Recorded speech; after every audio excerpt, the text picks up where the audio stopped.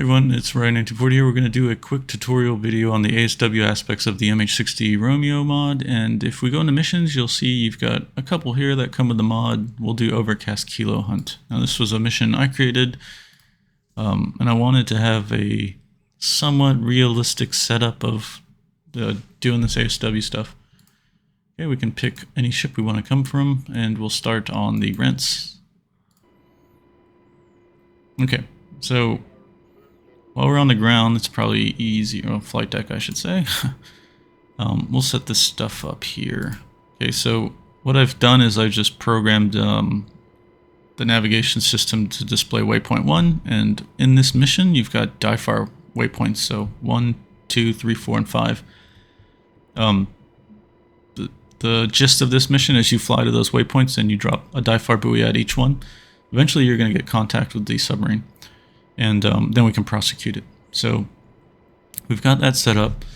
Let me set up a few things here. That's the crossfeed, and I don't like flying with my formation lights on and stuff like that. I think it's silly. Nav light, there we go. That's the one I want, and this is the one I want. Okay, good. Alright, so we're set up here. You can set, this guy is for Sonobuoy dispense, this button. But you have to arm it first. So we can do that now, or you can do that when you're on the way over to the area. This is also, if you hit 3, you'll go to the back seat. This is the ASO's area. And once again, you can have this switch, turn it on and off. Right? This is taken from Dangerous Waters. I think it's pretty neat. This is somewhat what these grams would look like. This is narrow beam stuff here, and the frequencies over time.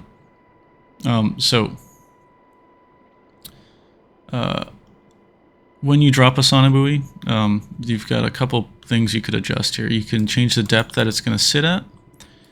Okay. And then you can change if you want to listen to the surface, have it off, or have it on immersion. Now immersion is, think of it as subsurface, okay? And when you drop a sonobuoy, if this is off, for the first time, automatically what it'll do is switch it to immersion once it hits the water. And we're just going to listen for submarines. So if you forget it, don't worry about it. And this is, by default, going to be set to 90. Now, I don't know if you were paying attention. I certainly wasn't. When you first start the mission, you get a layer depth info printout on the top here, and it gives you a depth. And that depth is the thermal layer that is happening in the ocean. It's kind of simulated here in this mission. Well, with this script, I should say. And it's always changing, so you got to pay attention to it. If you haven't seen it, you can just go to the communication menu, F10, other, and then we've got the info layer here. So it looks like we've got a strong layer of 236 feet, and it's layer strength and the duct strength.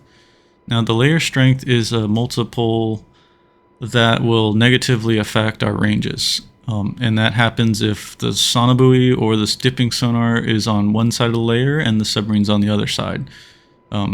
In real life, you've got sound rays can refract and stuff off this layer because it's not the same mass. And so it can negatively affect your detection ranges. Now, the other value is the duct strength, and that means if the sensor is in the layer and the target's in the layer, then we've got this multiple of 2.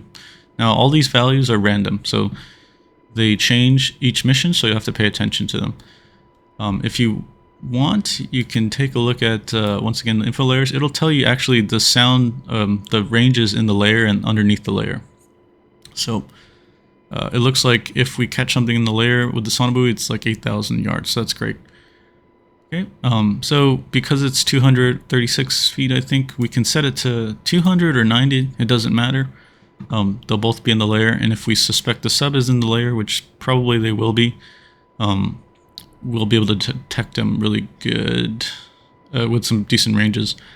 I was just thinking, it's hard to tell if a submarine's not in the layer. You'll just have to kind of use logic and experiment with dropping different depths, and then try to see how close you think you're detecting them. And you can even use the dipping sonar to figure out your true ranges. For the most part, submarines, when they're trying to kill you, they're going to be near the surface because they want to get positive ID on you, I guess. So we kind of have that simulated in this mission. Alright, so this is 3.6.2.1. Older versions didn't have this layer stuff, and older versions don't have the updated torpedo stuff that we're gonna use. In the future, it's gonna change, and I'll make another video. But in the future, we'll get additional sonobuoys. You'll get the XPT sonobuoy, and then you'll get some die-cast sonobuoys. And an XPT sonobuoy is basically something that can give you a printout of the environmental conditions at the moment. So it's an expendable bathythermograph, so it uses a temperature sensor in the probe, and it will go down a certain amount of feet, and it just gives you the information on temperature all the way down there, and it calculates the sound velocity. So that is important to understand your ranges of the sonar. For the game, it will basically give you a localized look at the layer information in the area that you're operating in. Because the layer info that we got is basically from what the ship has in the moment when they've done their XPT drops. That's kind of what's simulated there. And if we're flying out, 10 miles away or something, we could be in a different water column, and so the ranges will be different. So it's important to have a good understanding of your ranges at the moment in situ. So we'll drop an XPT and then use that information to figure out what we need to do to put our sensors in the right spot to get the submarine. That's coming, so that's the XPT buoy, and the other buoy I talked about is the die-cast sonobuoy, which is the SSQ-62, and that is an active sonobuoy. So in the future, we'll have the ability to get an active contact without having to actually dip. So if you want, you can localize with your passive sonobuoys, and then you figure that out, and then figure out the location of that submarine, and then you can put a die-cast buoy near it, and it will give you the exact spot. So that's good, because then you'll know for sure there's a sub in a spot, and you can drop a torpedo on it.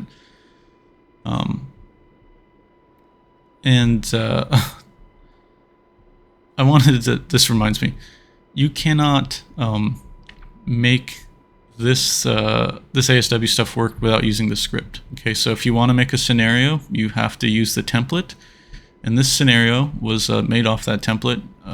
You can adjust it in the mission editor. You simply cannot just load this thing in the mission editor, put a submarine down without the script, and then run the mission and detect anything. It's just not going to work. So if you were to do something like that, you've got to get the scripts going. The documentation will show what you need to do for that. And if you don't want to mess with all that stuff, just edit one of these missions and then change it to how you like it, and just save it. Yeah. This mission, like I said, was based off the template, so it's certainly doable, because I'm an idiot when it comes to scripting and all that kind of stuff. So you need to, if you were to do this on your own, you'll need to make sure you read the documentation, because things have to have certain names for the MH-60, and I'm not sure with the submarine if it needs a certain name, but for sure the MH-60s need a certain unit name. And if you don't abide by that, the script just won't work. So read it carefully, or just copy over a different mission, and yeah. All right, so we're approaching our DIFAR 1 drop point. You can see here that's ticking down, and we've got our sonobuoy dispense is armed. Okay, so I can hit sonobuoy release, and oops.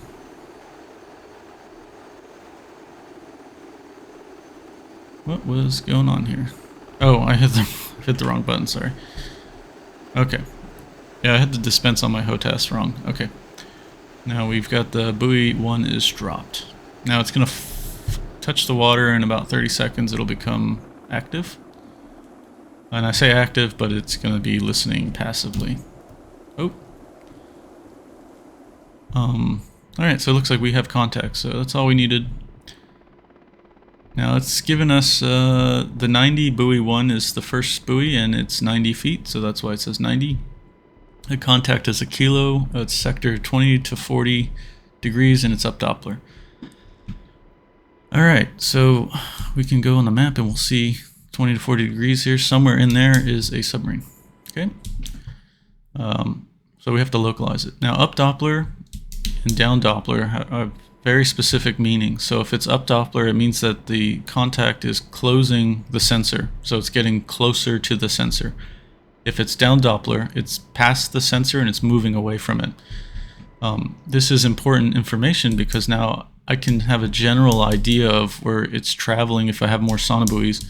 I know it's somehow getting closer to this sonobuoy, so it's not going to be going that way. Okay, so that can help me figure out where I need to put the next buoy. In fact, I think we'll spit one out. We'll go this way a little bit.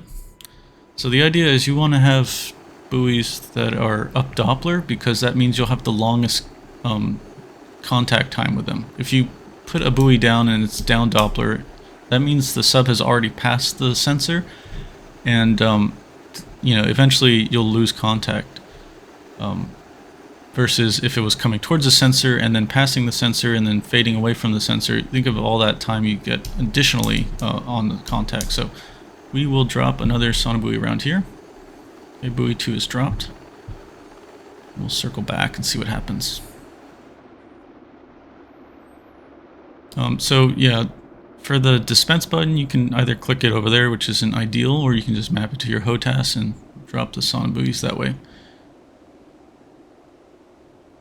Okay, so it looks like buoy 2 also has contact, and it's 340 to 360, and it's up Doppler as well. There we go. So we have a good idea that the sub's probably going to be in here.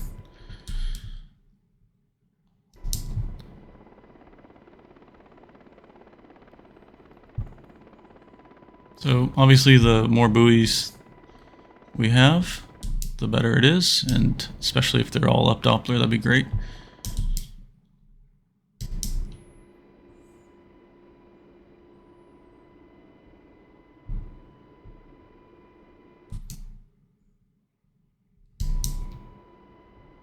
Oh, I see the submarine right there.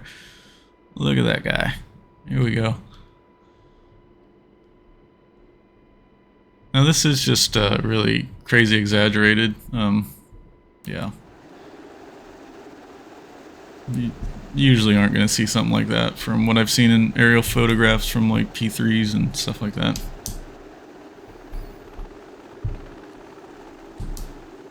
Alright, so we'll drop another buoy probably around here.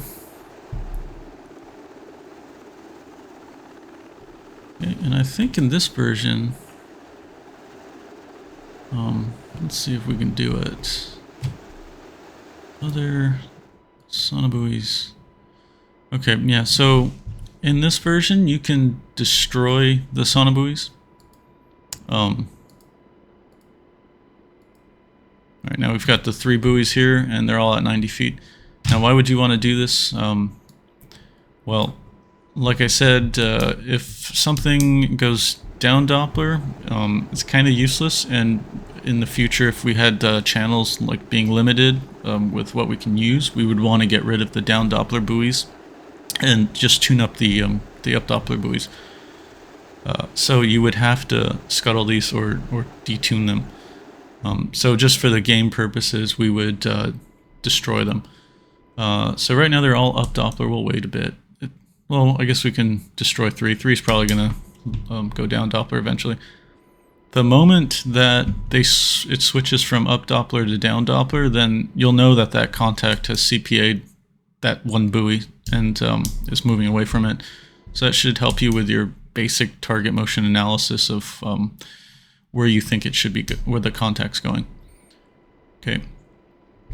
So just to demonstrate that, if we wanted to, we can just go to the radio communication menu, go back to other, and then we can select what buoy we want to destroy. So we'll destroy 3, and you see it's gone off the map now. It's not there.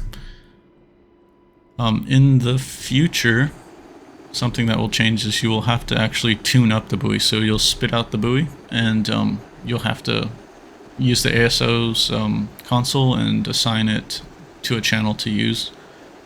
And so scuttling and detuning buoys will be possible, so that'll be really cool. Okay, so we have a good understanding of the sonobuoys right now in this current form, so we're gonna do something different. The other thing here is the sonar, which is the dipping sonar. Okay, if we turn that on, you'll see that we lose the sonobuoy reports. Now, the sonobuoys are still tracking. They're just not giving us information.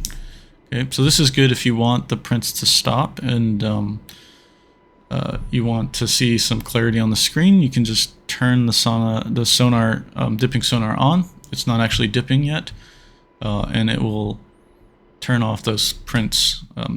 Okay, then we can turn that. Oops.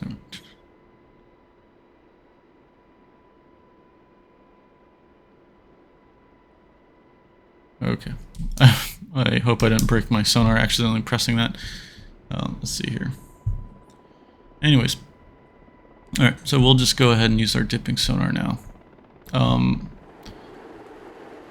This dipping sonar can go down pretty deep. I think it's, what, 1,200 feet in this game?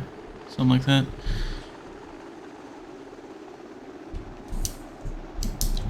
Alright, we want to go this way.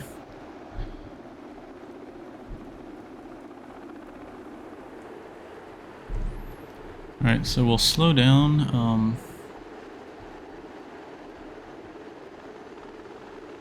This is some of the funnest stuff I enjoy about this mod is just hovering over the water and trying to maintain the hover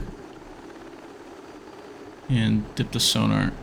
Now I think you have to be underneath 70 feet for this to work. This is a limitation with the line cast out of the ship or the aircraft. Okay, there we go. So we will hover there. There's an auto hover feature if you want to use it. So we'll turn the sonar on. Oops. My mapping is all messed up. Okay, let's turn that on. Good. Is that, oh, what is happening here? Okay, alright, it's a toggle. Good. Okay, sonar's armed.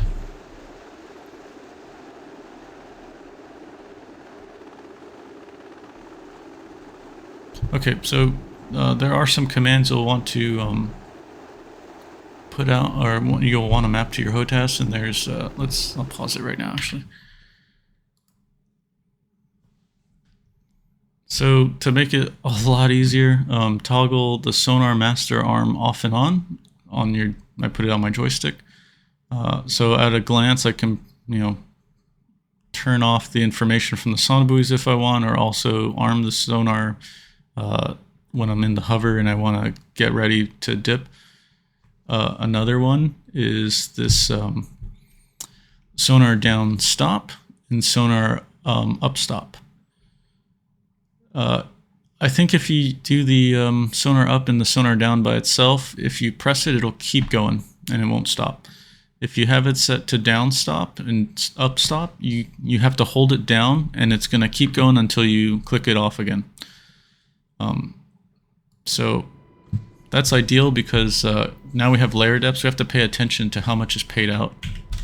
So right now you can see here on the ASO's console here, we've got 118 feet paid out, and I think that's the feet included with your height.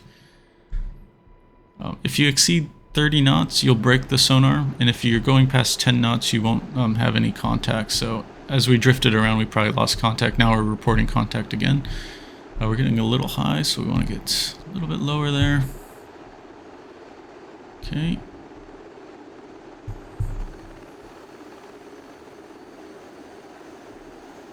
Alright, cool. So now if we were to go to the F10 map, we will see this ring, and that is exactly where the submarine's at. It's right there, okay?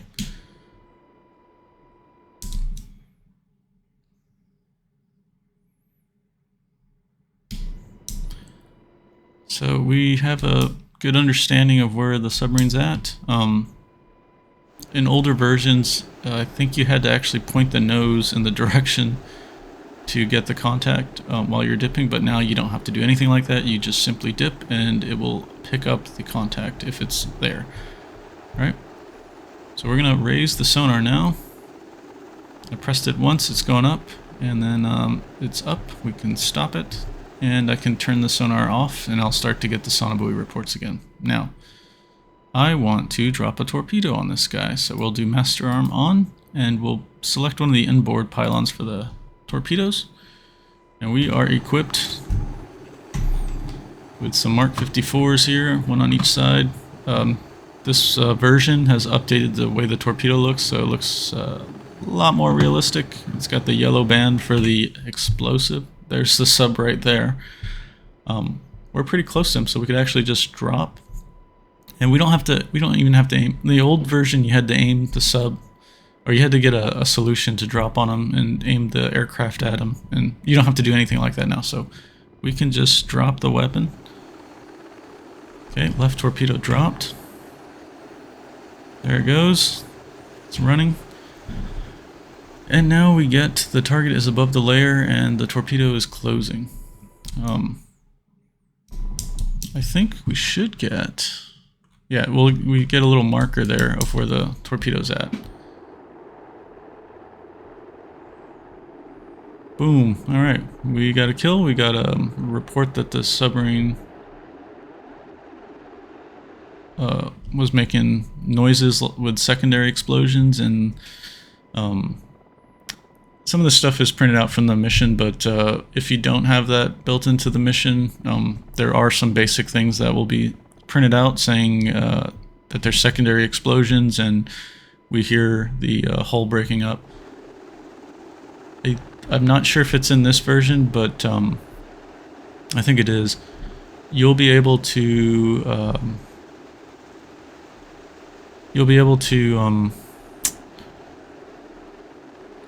have, I guess, reattacks. Basically, if you fired a torpedo at the sub and you didn't get information that there was secondary explosions and stuff like that, that should prompt you to do a reattack and drop the second torpedo on the guy, because they're still alive. And that's basically it. There was the ability to tune up the buoys and listen to them acoustically, but unfortunately the helicopter is just too loud, so you can't do that. I mean, you can't really hear it, but the sounds and stuff were really neat. Like, you'd be, if the sounds were working as loud as they could be or should be, you would hear like prop noises and stuff underwater, and you would know that buoy is detecting something acoustically. And if it didn't have anything on under detection, then you would just hear ambient ocean noise. So I won't demonstrate that. In fact, I forgot which radio it was to tune. I think it's this guy. And I don't know if it's in this version or not. It might be in a newer version that I got to beta test. So anyways, that's it. We dropped the sonobuoy, and we dropped the dipping sonar, used that, and we were able to drop the torpedo. And the torpedo thing is one of the best improvements. I really hated that you couldn't drop the torpedo directly in an area where the submarine was at, unless you had some weird fire control solution, which you really don't need in real life. If you know where the sub's at, you drop a torpedo on it. The odds are that that search pattern that it has is going to detect the noise, and it's going to kill the sub. So now we can do that. If I was further away from the submarine, you'd see over time the torpedo do an expanding circle search, and if you're lucky, it'll hit the sub. So the idea here is to localize it with the sonobuoys, get as close as possible to where you think it's at, and then fly to that point and just drop a torpedo over it, and you will kill the submarine. So I think that's it. The key takeaway is, remember, you can't just drop this thing into Mission Editor and expect it to work just by loading sonobuoys and torpedoes. You have to get the script loaded into the mission. And if you don't want to fuss around with that, you can just copy over one of the missions and just edit it, change out what you want to change, and then save it as something else, and you'll be able to do ASW scenarios. If you have any questions, go ahead and leave them in the comments, and I'll try to answer them as best as I can. And I think that's it for now, so I'll see you guys later. Bye.